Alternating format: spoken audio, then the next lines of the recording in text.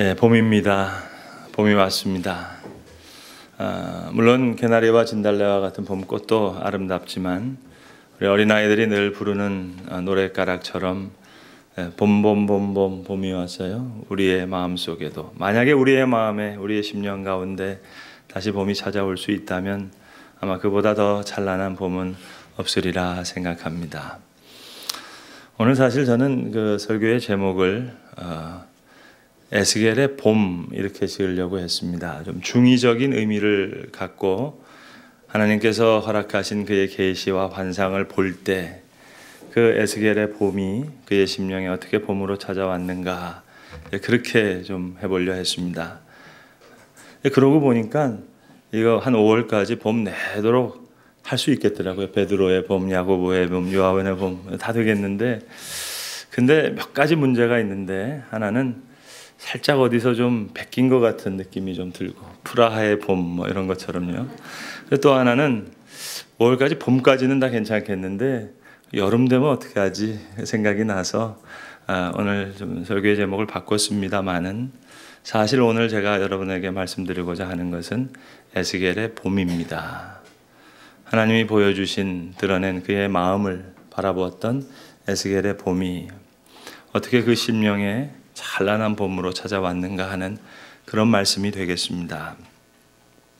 오늘 본문에 보시는 대로 에스겔은 이렇게 얘기합니다.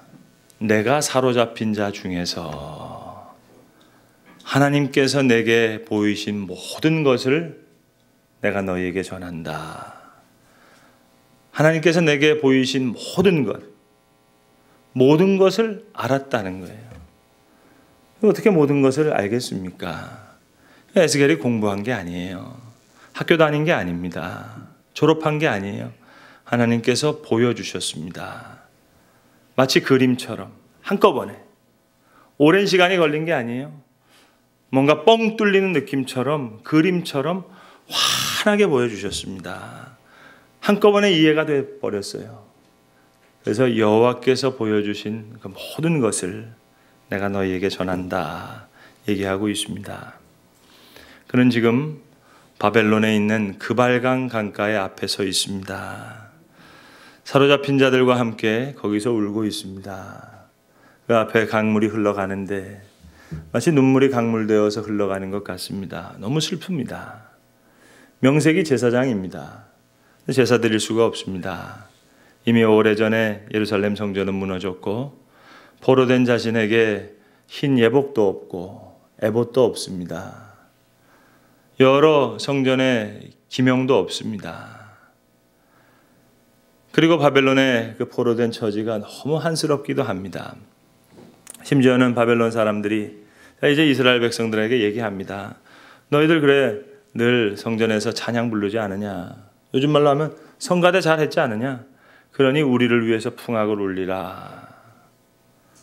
너무 슬펐습니다. 그래서 저들이 검은 고를 다 그발강에 있는 나무에 걸어놓고 지금 하염없이 울고 있습니다. 지금 저 그발강가에 흐르는 물을 보면서 울고 있는 겁니다. 그때 하나님께서 하나님의 사람에게 마치 그림처럼 큰 환상을 통해 하나님의 마음을 드러내 보여주셨습니다. 구구절절 설명하기가 힘들어서 그저 하나의 그림으로 하나님께서 보여주셨습니다. 그래서 지금 그는 내게 보이신 모든 것을 내가 너희에게 말한다 하고 있습니다. 근데 여러분, 내게 보이신 모든 것, 그건 복잡한 게 아니에요. 딱 하나입니다. 그들이 내 자녀가 되고 내가 그들의 여호와가 되리라. 그들이 내 백성이 되고 내가 그들의 아버지가 되리라. 이 일을 위해서 이전에 모든 일이 있었고 앞으로도 그 일을 위해서 있을 일이라는 겁니다. 그래서 에스겔서에 보면 그런 표현이 많이 나옵니다.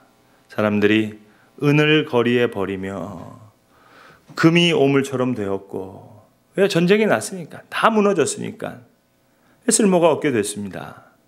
우리가 이런 경험을 했죠. 6.25 사변 때 그동안 붙잡고 있었던 뭐 몇만 마지기가 되던 그 땅 문서 휴지 조각처럼 없어졌어요. 돈도 별로 필요 없게 됐어요.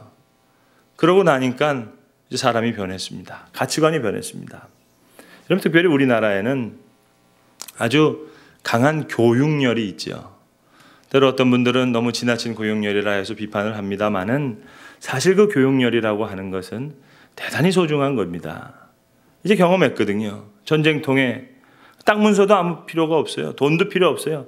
오직 사람 하나 제대로 되는 게 최고다. 알게 된 겁니다. 그래서 땅 팔아서 소 팔아서 공부시키는 게 낫다. 가치관의 변화가 있었어요. 그거를 거기에 목숨을 건 겁니다. 마치 오늘 에스겔이 이걸 깨달은 겁니다. 무너진 성전이 중요한 게 아니에요. 어찌 보면 앞으로 재건될 그 성전도 중요한 게 아닙니다. 하나님께서 오늘 흩어진 자들의 마음에 그 심령 가운데 새로운 성전을 빚으시고자 하는 거예요. 그래서 오늘 새 영과 살처럼 부드러운 마음을 하나님께서 우리에게 주셨다. 돌 같은 굳은 마음을 제거하시고 부드러운 마음을 주시기 위해서. 그러고 보니까 모든 게 사랑이에요. 피를 흘렸던 것도, 쇠사슬에 매인 것도, 채찍도, 심판도, 저주도 아주 하나님의 구체적인 사랑이 임한 것임을 에스겔이 알게 됐습니다. 그러니까 이 하나님의 사랑이 막 가슴에 벅차오르기 시작하는 거예요. 아, 그런 거군요, 하나님. 내가 제사장인데 지금 할 수 있는 게 아무것도 없어요. 성전은 다 무너졌어요. 무슨 일을 할 수 있겠어요? 그런데 이게 엄청난 축복인 거예요. 오히려 내 심령 가운데 하나님의 성소를 세우시고 계시는 거예요. 새로운 영이 찾아왔어요. 부드러운 마음이 생겼어요. 이 심령에 정말 봄이 시작됐습니다. 너무 감격한 거예요. 그래서 본문 이후에 보시면 하나님의 이상이 나를 들어서 사로잡힌 자에게 오게 했다. 마치 날개를 단 새처럼 날라서 하나님의 이상이 나를 들어서 그들에게 여기까지 오게 하셨다 얘기합니다. 추운 겨울에 비바람, 눈보라 이게 다 눈 녹듯이 없어지면서 생명이 움트게 되는 겁니다. 여러분, 사실로 그렇습니다. 하나님의 긍휼하심에 한계가 있다는 것 자체가 하나님의 긍휼하심이 얼마나 크다는 것을 보여주는 반증입니다. 하나님이 오래 참으시는 것 같은데, 근데 때로는 참지 않고 심판하세요. 그러면 심판이 저주냐? 절대로 그럴 수 없습니다. 오히려 이것이 가장 큰 하나님의 구체적인 사랑입니다. 여기 아주 중요한 신학적인 변증이 있답니다. 자, 이 문제를 놓고 사람들이 생각합니다. 아니, 자비하심과 긍휼하심이 많으신 하나님이 왜 지옥을 만들었을까? 어떻게 그의 백성들을 지옥에 보내실 수 있을까? 그래서 지옥은 믿을 수 없다. 난 하나님의 사랑을 믿기 때문에 하나님이 만드셨다고 하는 지옥은 믿을 수 없다. 이것이 흔히 유니테리언이라고 말하는 그들의 사상입니다. 그러니까 지옥이 없다. 그러니까 하나님께서 만약 그 벌을 내리신다 하더라도 그거는 그저 천당 가는 대합실 정도 거기 모여가지고 마치 유교 훈련 받듯이 유격 조교가 그렇게 훈련하는 것이겠지. 그 하나님의 사랑이 있는데 어찌 지옥을 보낼 수 있을까? 지옥을 믿을 수 없다. 이런 유니테리언적인 사상은 여러분 하나만 알고 둘은 모르는 것입니다. 우리는 이렇게 고백합니다. 믿음의 사람은 이렇게 고백합니다. 난 하나님의 사랑을 믿는다. 하나님의 그 큰 사랑과 한량없는 긍휼하심을 믿기에 나는 지옥을 믿을 수밖에 없다. 왜요? 난 당연히 지옥 가야 될 사람이었거든요. 아니, 내 삶이 지옥이었거든요. 그런데 구원받았어요. 세상이 변했어요. 큰 사랑을 받았어요. 은혜를 받았어요. 이렇게 큰 사랑과 은혜를 받고 보니까 그 사랑을 믿고 보니 나는 지옥을 믿을 수밖에 없다.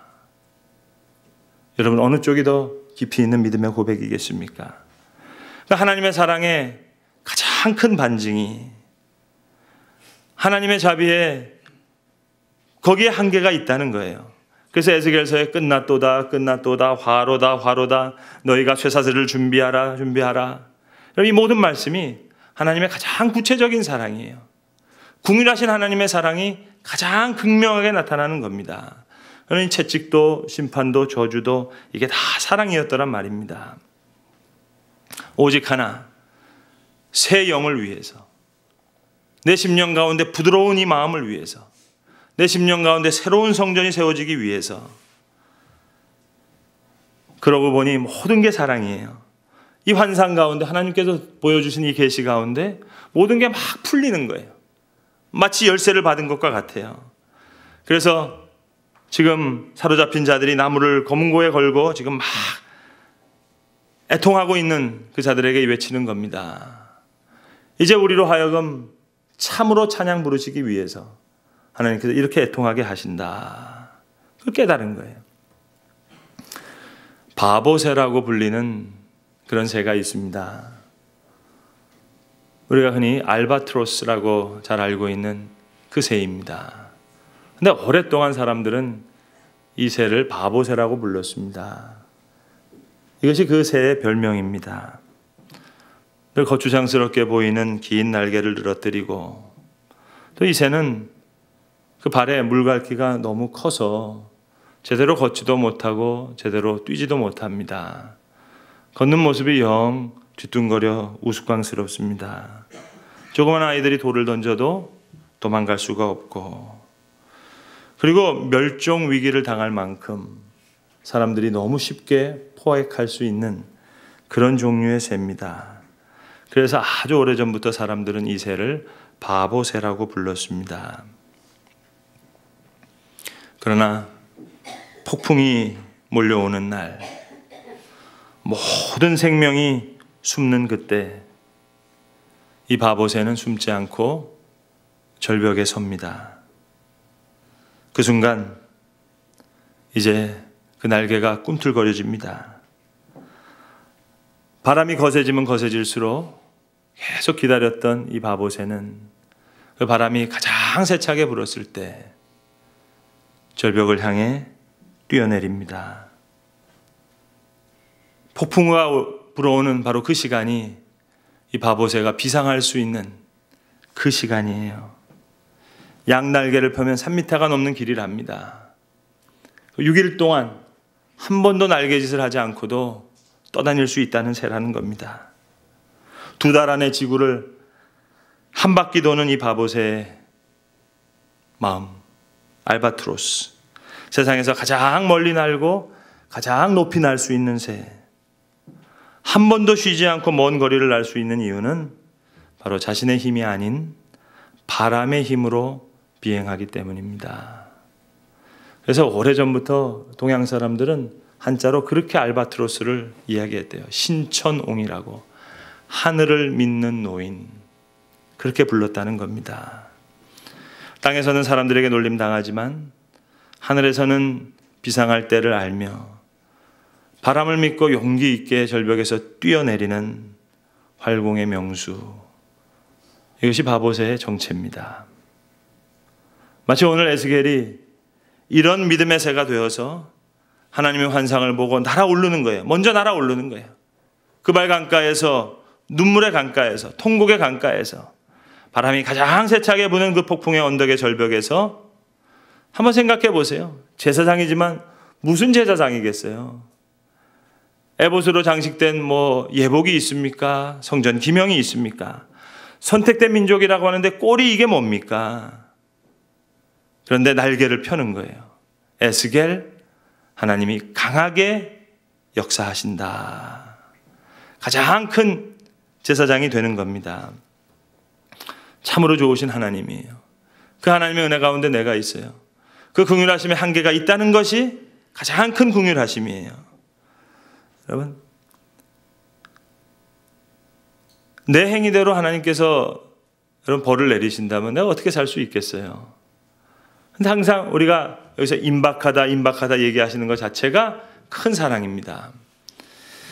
여러분, 에스겔서에서 반복되어서 나오는 말씀이 있습니다. 재앙이로다, 재앙이로다, 비상한 재앙이로다, 임박하도다. 재앙이 있다는 걸 다 알아요. 그런데 우리 인간들은 참 우리의 속성인지 모르겠습니다. 이 임박한 것, 이 여유를 우리는 하나님의 음성으로 듣지 못하는 아둔함이 있습니다. 여러분 혹 금연학교 이런 데를 가보셨습니까? 다 보여주는 게 뭐냐면 위험한 거, 이거 담배 피면은 배가 다 썩는 거, 산모가 담배 한 모금을 말면 이제 그 아이가 심장이 멎는 거 이거 다 보여줍니다. 다 알죠. 근데 여러분 나와서 다시 펴요. 왜 그렇겠어요, 여러분? 오늘 피고 내일 죽는다. 오늘 담배를 피우면 내일 죽는다. 그러면 누가 피겠어요, 여러분? 그런데 이게 내일 이루어지는 일이 아니거든요. 그러니까 이제 있다 보면 야, 뭐 누구도 피던데 저 처칠 같은 사람 끼경 가던데 오래 살았다더만 이렇게 되는 겁니다. 이것이 인간이에요. 여러분 심지어는 고생했던 분들도 오늘 그 고생했던 날을 기억하지 못합니다. 이게 우리 인간의 마음이에요. 하나님이 너무 잘 우리를 아시는 거죠. 우리 생각 같아서는 그래야 풍년이 들어서 잘 살았고 건강하게 되었다. 그래서 하나님인 줄 알리라. 그렇게 되면 참 좋겠는데 그렇지를 않아요. 이런 모든 사람이 그렇습니다. 산이 좋고 하늘이 푸르고 참 아름다워라 주님의 세계는 그러면서 아주 극치적인 하나님의 기쁨을 누리면 좋겠는데 늘 그런 게 아니에요. 그때는 먹고 마시고 흥청거리면서 못된 짓 하다가 환난이 나고 핍박이 들고 어려움을 당할 때 그때 비로소 멸망의 끝에서 인간의 궁극의 끝에서 우리는 하나님께 돌아옵니다. 그러니까 여러분 가치관이 변한다는 게요. 이게 참 쉬운 일이 아닙니다. 아까 제가 6.25 얘기 드렸습니다만 정말 그렇다니까요, 여러분. 글쎄요, 모르겠습니다. 이게 없었다면 여기 계신 많은 여성분들 죄송합니다. 아직 서당 문턱도 못 가셨을지도 모르겠어요. 어려움이 있고야 가치관이 바뀌는 거예요. 교회에서도 가만 보면 그렇습니다. 우리가 기도를 합니다. 기도하실 때 여러분 감사할 때 기도할 때도 있고 어려울 때 기도할 때도 있죠. 근데 여러분 누가 혼자 나와서 열심히 기도하는 모습 볼 때 그분이 지금 왜 기도합니까? 여러분 정말로 하나님이 허락해 주신 성공이 너무 감사해서 너무너무 일이 잘 풀렸어요. 그래서 온 식구가 나와가지고 철화를 하면서 하나님께 감사합니다 하는 분 보셨어요, 여러분? 죄송합니다만 보고 죽을래도 없습니다. 참 어려운 얘기입니다. 여러분 예컨대 고3 학생이 집에 있어요. 수험생이 한 명이 있으면 온 집안이 비상이 걸려가지고 열심히 기도하잖아요. 너무너무 애를 쓰죠. 자, 그러고 이제 입학을 했어요. 그럼 여러분 하루쯤은 나와서 밤을 새면서 하나님 감사합니다 기도해도 그거 괜찮을 것 같지 않으세요? 근데 우리 인간이 그렇지를 못합니다. 하나님께서 우리의 이 인간의 연약함을 너무나 잘 아시는 거예요. 그래서 오늘 말씀하십니다. 에스겔과 사로잡힌 자들에게 새로운 영을 주시고 살처럼 부드러운 마음을 주시기 위해서. 사실은 이게 가장 큰 선물인 거예요. 이거보다 더 귀한 것은 없어요. 아무리 화려하게 성전이 재건된다 하더라도 오늘 이 마음에 회복된 이 성소, 이게 가장 귀한 거예요. 그래서 오늘 본문 16절에 이렇게 말씀합니다. 내가 비록 그들을 멀리 이방인 가운데 쫓아내어 여러 나라에 흩었으나 그들이 도달한 나라들에서 내가 잠깐 그들에게 성소가 되리라. 거기서 내가 잠깐 성소가 되리라 하셨다 하고 거기서 여러분 흩어서 거기서 그들에게 성소가 되게 하고 거기서 내가 하나님이 되게 하고 거기서 그들이 나의 백성이 되게 하고 거기서 예배하게 하고 그러니 여러분 이 새로운 영 이게 가장 큰 선물이죠. 예전에 교회에 처음 저희가 공사할 때 말입니다. 창문을 다 막고 이렇게 벽을 세웠어요. 그랬더니 공사하시는 분이 신앙이 없으신 분인데 담배를 퍽퍽 피면서 저한테 그러시더라고요. 목사님 이거 저 로마에 있는 제가 갔을 때 카타콤을 한번 본 적이 있는데 이게 그겁니까? 알기는 너무 잘하시더라고요. 에? 카타콤을 볼 때 어떻게 생각하세요? 야, 참 이렇게 괴롭게 이렇게 힘들게 살았나 생각하실지 모르겠지만 그들은 지금 기쁨의 극치를 누리고 있는 거예요. 가장 귀한 것을 얻었어요. 여러분 세상이 바뀌는 것이 아니라 내 영이 바뀌는 겁니다.